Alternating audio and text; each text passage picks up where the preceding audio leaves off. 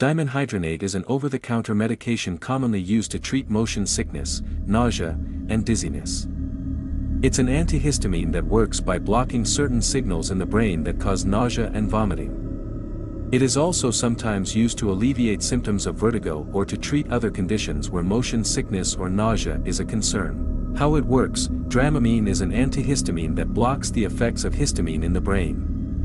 Histamine is a substance that can cause symptoms like nausea and dizziness when it binds to certain receptors in the brain, especially in the area that controls balance.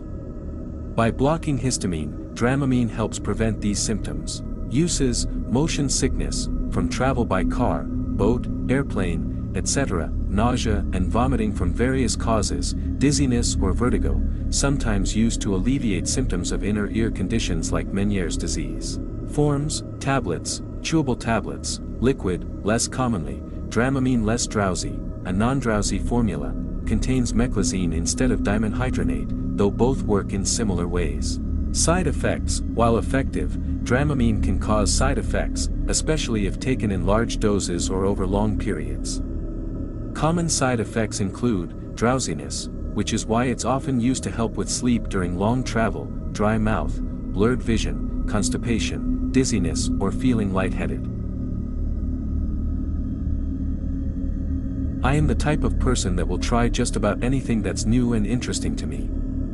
I asked a friend of mine if he knew of anything that fit the category. He named a few substances, most of which I've had plenty of experience with, but when he said Dramamine I inquired further. The only thing he really said about it was that it gets you messed up. In my opinion, that's not the reason to do drugs in the first place. Being that was all that he said, and with my fancy tickled, I asked a few other people if they knew anything about it. Nobody had apparently.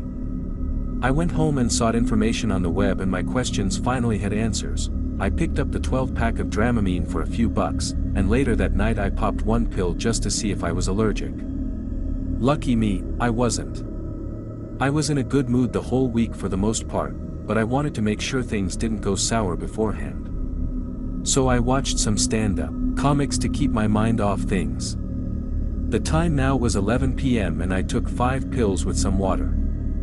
I went on the computer for a half hour and at 11:30 p.m. took the rest of the tube, 6 pills. After 20 or so minutes I would look at the carpeting in the other room to see if anything was changing. I didn't know exactly what to look for though. Nothing was happening, so I went back to my game. Then, a dim white flash started flashing every few seconds. I thought that was neat and hoped this wouldn't be it. And, it sure wasn't. I looked at a few pictures hanging on the wall, bust shots, and it looked like the face would emerge from the frame itself. Maybe the person will get up and walk right out of the picture. That didn't happen, but it did stay three-dimensional the whole experience. I got very paranoid at this point and turned on a few lights in the adjoining rooms. I sat back down at my computer and stared at the pictures once more. When nothing more happened, I looked down the hallway my computer sits at and looked at a bulletin board with many papers hanging loosely from it. The papers were waving back and forth, as if there were a fan blowing it. I was wondering if I should get up and check to see if the doors were closed, but convinced myself everything was fine. It was 30 degrees outside, there was no way they were open with a draft blowing in. I looked into a different room this time and looked at a 6-foot tree. It was waving violently back and forth like jello, but 4 feet each way.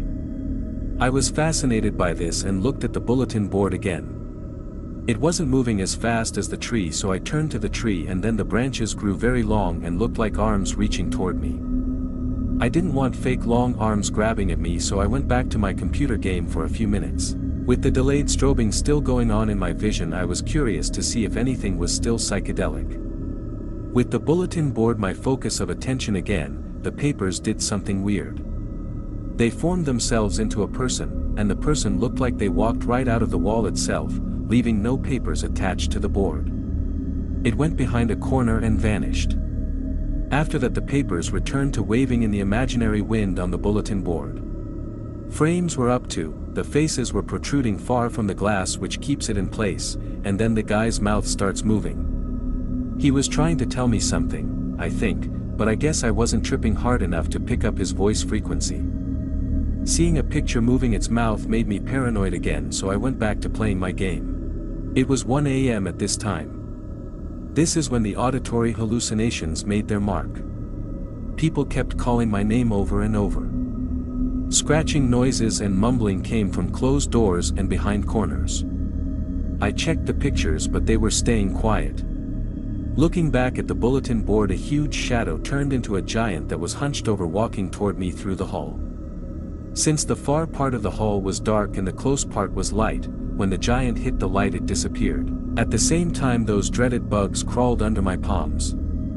Since I've only heard about these little buggers, and never experienced them myself, not on mushrooms or LSD, I was interested in their appearance.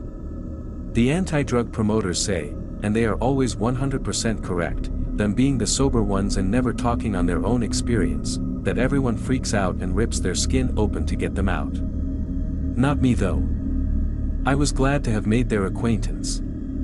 Little bubbles of something moving around under my skin is the best description. I could feel that my skin was being pushed up, but it really didn't bother me. I've always wanted this to happen for some odd reason, maybe all the talk about it, I'm not sure, and I couldn't have been happier. 2 p.m. now and things started toning down. The arms of the tree shrunk and the tree laid still, the windy papers were hushed, the pictures still 3D, I was getting bothered still by the voices. I decided to get off the computer, which I only played for about 5 minutes, and head up to bed. It seems as if the fake people stayed downstairs because everything was quiet.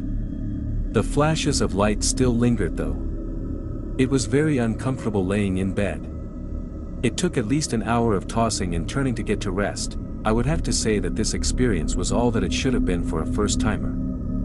I walked to the bathroom during the trip. Walking is weird. It's not a sensation like salvia divinorum of forcefully being pulled one way, but it's not a total loss of motor control like on DXM. I would have to say it's like the Earth's axis was tilted slightly, and all I had to do to walk along is lean a little the opposite way.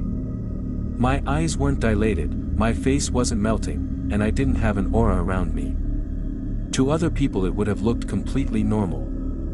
After I woke up the next day, my eyes were a little glazed/glossy. No headache, no hangover, no adverse reaction at all. I plan on doing it again soon and do a few hundred more milligrams, but I would like to be around people this time. Thank you for exploring the world of dimenhydrinate with me.